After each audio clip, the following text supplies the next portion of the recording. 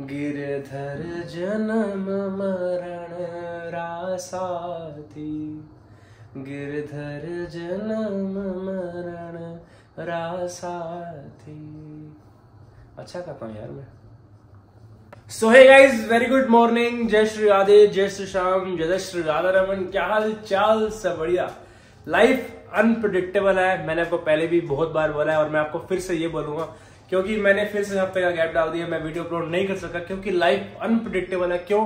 क्योंकि अनएक्सपेक्टेड चीजें होती रहती हैं, अनएक्सपेक्टेड ट्रेजेडी होती रहती है लाइफ में, तो उसको आपको एक्सेप्ट करना पड़ता है। उसके अलावा आपका उसको चारा होता नहीं। इसलिए ये मानकर एक्सेप्ट करो कि जो होता है अच्छे के लिए होता है और इन फ्यूचर जो भी कुछ होगा वो भी अच्छा ही होगा।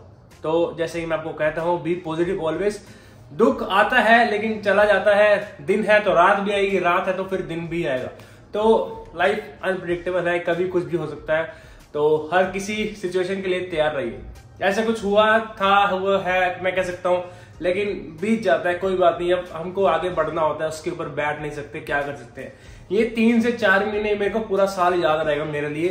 कभी भी कुछ भी हो रहा है यार, एक अच्छा वापस से फ्लो बनता है, मस्त लाइफ चल रही होती है, फिर कुछ ऐसा हो जाता है जिसकी वजह से जो है काम छूट जाता है मेरा और कुछ ऐसा हो जाता है, फिर मतलब चलता रहता है। लाइफ अनप्रिडिक्टेबल है, मैं पहले बोल रहा हूँ आपको, लेकिन भैया लाइफ है, क्या करें। लाइफ में ऊंच नीच तो बनी रहती है, सुख दुख सबके साथ बना हुआ है। और अगर लाइफ बिल्कुल सिंपल तरीके से चलती रहेगी तो लाइफ नहीं लगेगी, वो तो फिर बोरिंग हो जाएगी। इसलिए हमारे ठाकुर जी जो है ना, वो इम्तिहान लेते रहते हैं, पड़ाव देते रहते हैं कि यार इसको पार करते चलो और हरि का नाम जपते रहो। तो आप भैया हरि पे विश्वास रखो, ठाकुर जी के चरणों में रहो, सब कुछ जो चल रहा है अच्छा चल रहा है और जो भी इन फ्यूचर होगा अच्छा होगा। चाहे दुख हुआ है, चाहे गलत हुआ है, जो भी हुआ है कुछ अच्छे के लिए हुआ है, तो उसको एक्सेप्ट करो, ठीक है। तो चलिए आज की वीडियो स्टार्ट करते हैं। मैं पूरी कोशिश करूंगा कि आज से वापस से अपना चैनल को है, अपने वीडियोस को रेगुलर अपलोड करूं। और आज की स्टार्ट करते हैं वापस से फ्लो के साथ। आज वापस इस मुद्दे पे आते हैं मीम्स से। जैसा कि पता है आपको, मीम्स रिएक्शन देता हूं, शेयर करता हूं और इसके बारे में जो थोड़ी नॉलेज है आपको शेयर करता हूं, ताकि आपको समझ आ सके कि लाइफ में क्या चल रहा है और आजकल कितना जरूरी है थोड़ा सा समझना कि हमको सही रास्ते पे चलना बहुत जरूरी है, वरना तो गलत रास्ते पे तो बहुत सारे लोग चल रहे हैं। मैं तो किसी का नाम थोड़ी लेने आया हूं, मैं तो एक एग्जांपल दे रहा हूं ब्रो। तो चलो आज की मीम स्टार्ट करते हैं आपसे। ये रही आपके कंप्यूटर स्क्रीन पर। At weddings I don't understand the concept of telling खाना खा के जाना, भाई हम तो इसी के लिए ही आए हैं। ये तो बात बिल्कुल सही है। अब मोस्टली क्या करते हैं लोग, घर में आते हैं, काट जाते हैं भैया, हम फिर शादी पे जाते हैं और लोग बोलते हैं हमको शगन देते वक्त, भाई खाना खा के जाना। अरे भाई खाना खाने के लिए ही तो आए हैं। अच्छा मैं आपकी बात तो क्या छोड़ू, मैं अपनी बात बताता हूँ। अगर मुझे किसी की शादी में जाना होता है ना, तो मतलब 3 से 4 दिन पहले उसकी एक्साइटमेंट होती है, भैया शादी में जाना है, बहुत सारा खाएंगे।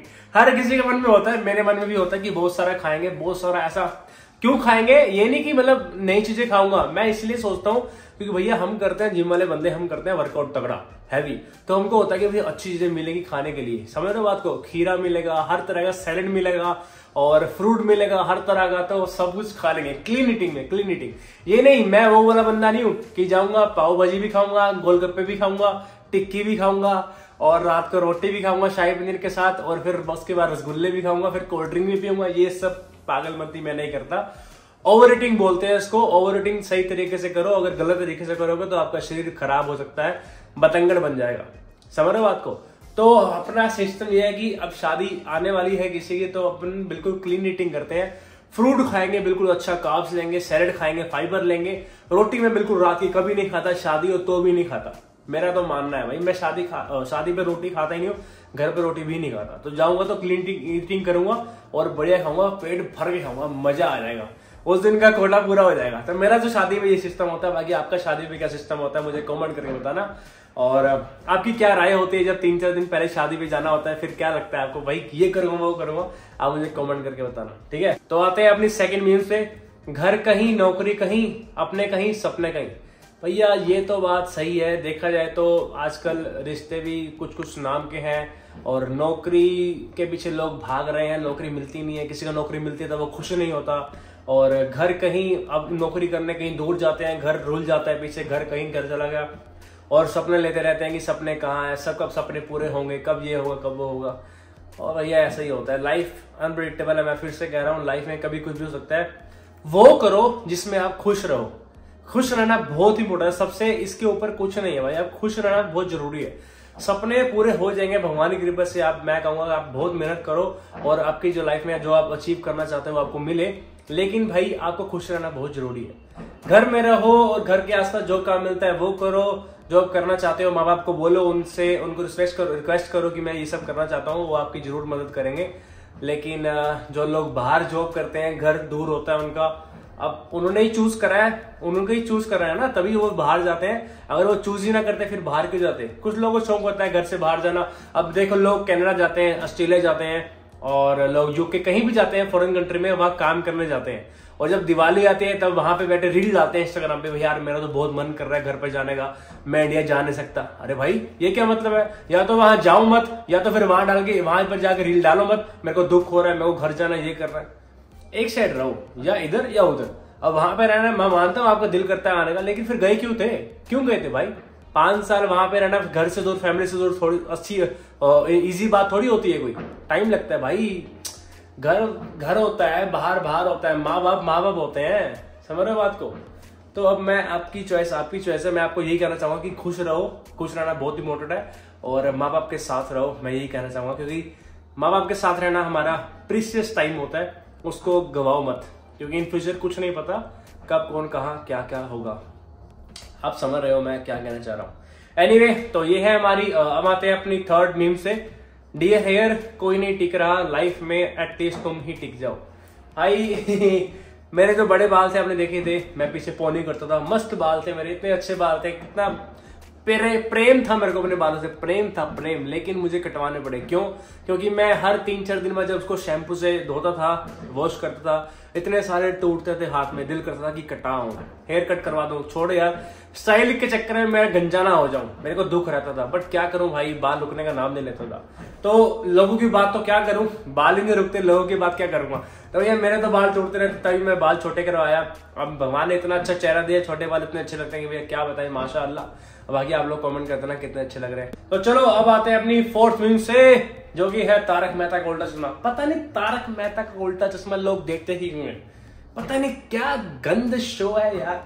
छोड़ो यार, मैं क्या बात करूं, मेरे कौन सा चाचा ने बनाया शो, है ना। एनीवे, आते हैं अपनी फोर्थ मीम से। काजू बादाम छोड़ो, धोखा खा लो, ज्यादा अकल आएगी। ये तो बात बिल्कुल सही है, लेकिन मैं धोखा नहीं खाता, मैं काजू बादाम खाता हूँ, क्योंकि अपने को जिम जाना होता है। फैट, प्रोटीन, कार्ब्स, इन सबसे मतलब है अपने को, समझ रहे हो बात को?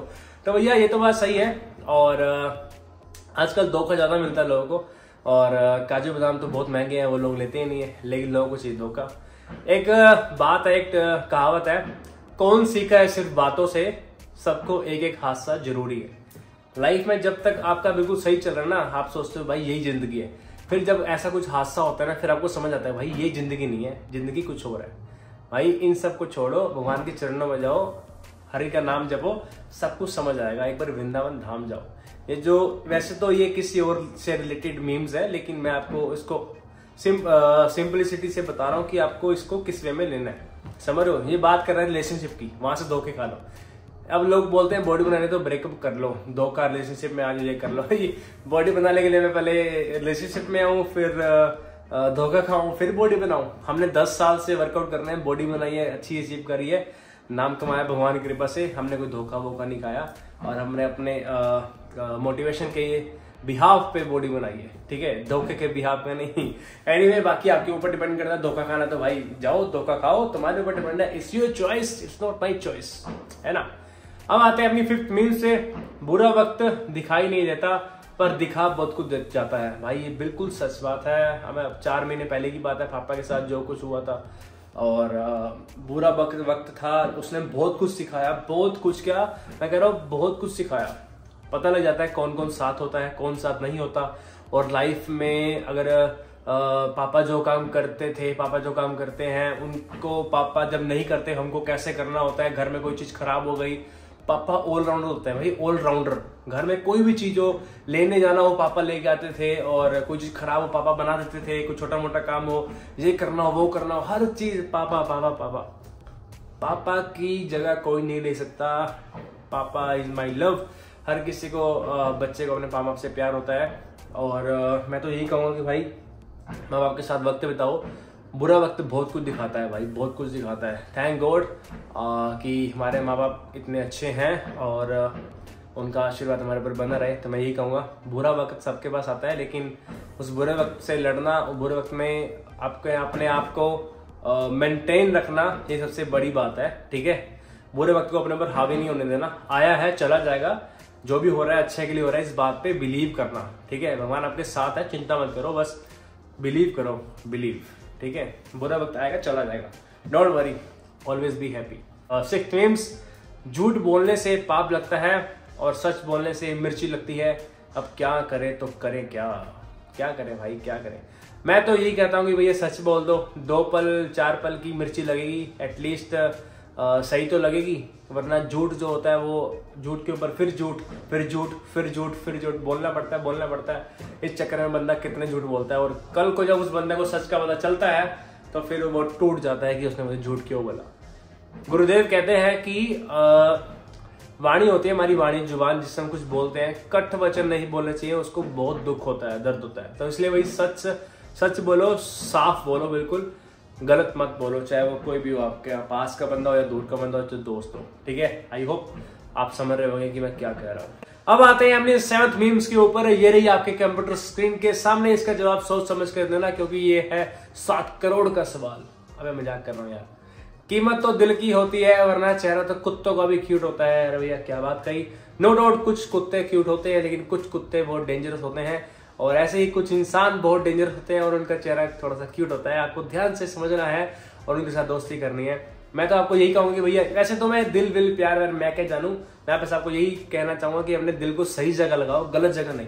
अगर अपने दिल को सही जगह लगाओगे, यानी कि सही जगह क्या है, हरि के चरण, ठाकुर जी के चरणों में लगाओ, भगवान के चरणों में लगाओ, आपका दिल सदैव जुड़ा रहेगा, कोई दिक्कत नहीं आएगी। अब सब आराम से चिल मारोगे लाइफ में।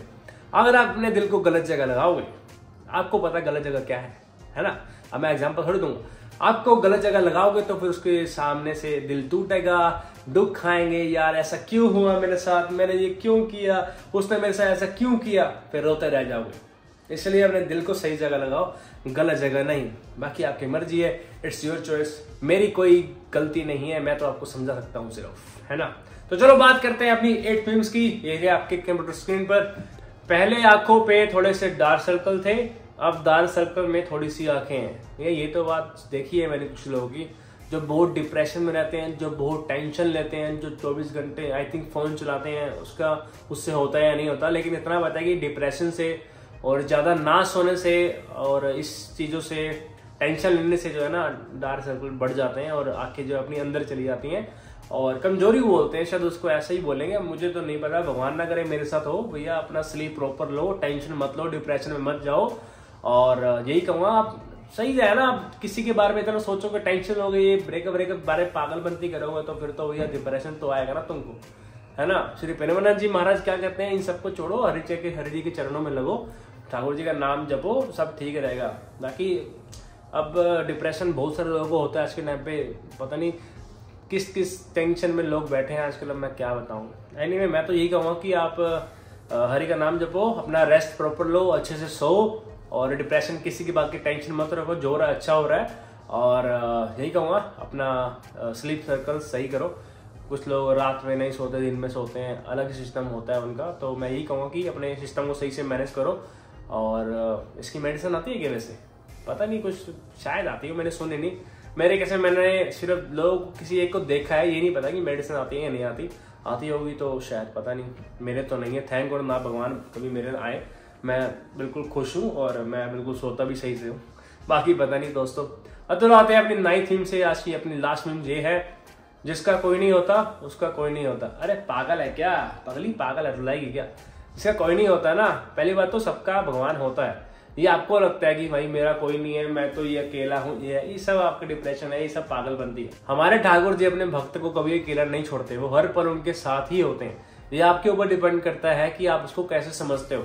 एक्चुअली जो आपका डिप्रेशन होता है, जो आपका अकेलापन होता है, जो भारी दुनिया होती है, जो आपका सर्कल होता है, वो आपको इस तरह से सोचने में मजबूर कर देता है कि आप अकेले हो, आपके साथ कोई नहीं है, आपका कोई भी नहीं है, भगवान में नहीं है। आपका जो डिप्रेशन है वो आपको इसमें सोचवा देता है। तो मन है ना बहुत चंचल है, आपको उसको जैसे भी करके हरि के चरणों में लगाना है और आपको सब समझ आ जाएगा। अगर आपको कभी भी जिंदगी में कुछ लगता है ना, यार क्या हो रहा है, क्या है, कुछ समझ नहीं आ रहा, चुपचाप करके वृंदावन धाम चले जाओ, सब समझ आ जाएगा 1 मिनट में।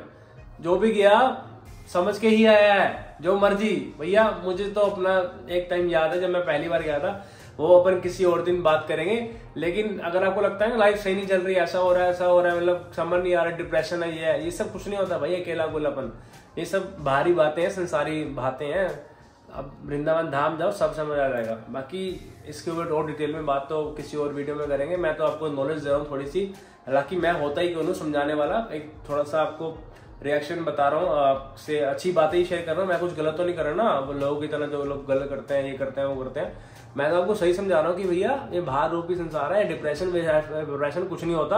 आराम से खुश रहो, एंजॉय करो लाइफ को यार। भगवान ने इतनी अच्छी लाइफ दी है, भगवान का नाम जप करो, खुश रहो, अपने कर्म पर ध्यान दो, अच्छे कर्म करो, धर्म के प्रति चलते रहो, कुछ नहीं होगा। ये डिप्रेशन ये छोड़ो यार, सीधी बात है।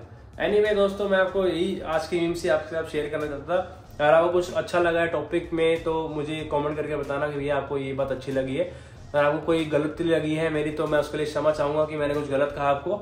और थैंक यू सो मच अगर आपने मेरी इस वीडियो को पूरा देखा है। चैनल पर नहीं हो तो प्लीज सब्सक्राइब कर देना और एक प्यारा सा कमेंट कर देना, राधे राधे।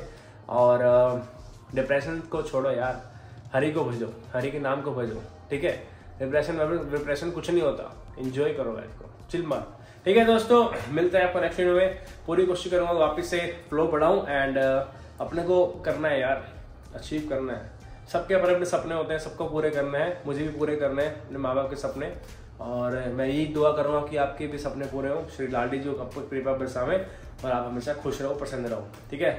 और राधे राधे, ठीक है, बाय बाय, गुड नाइट।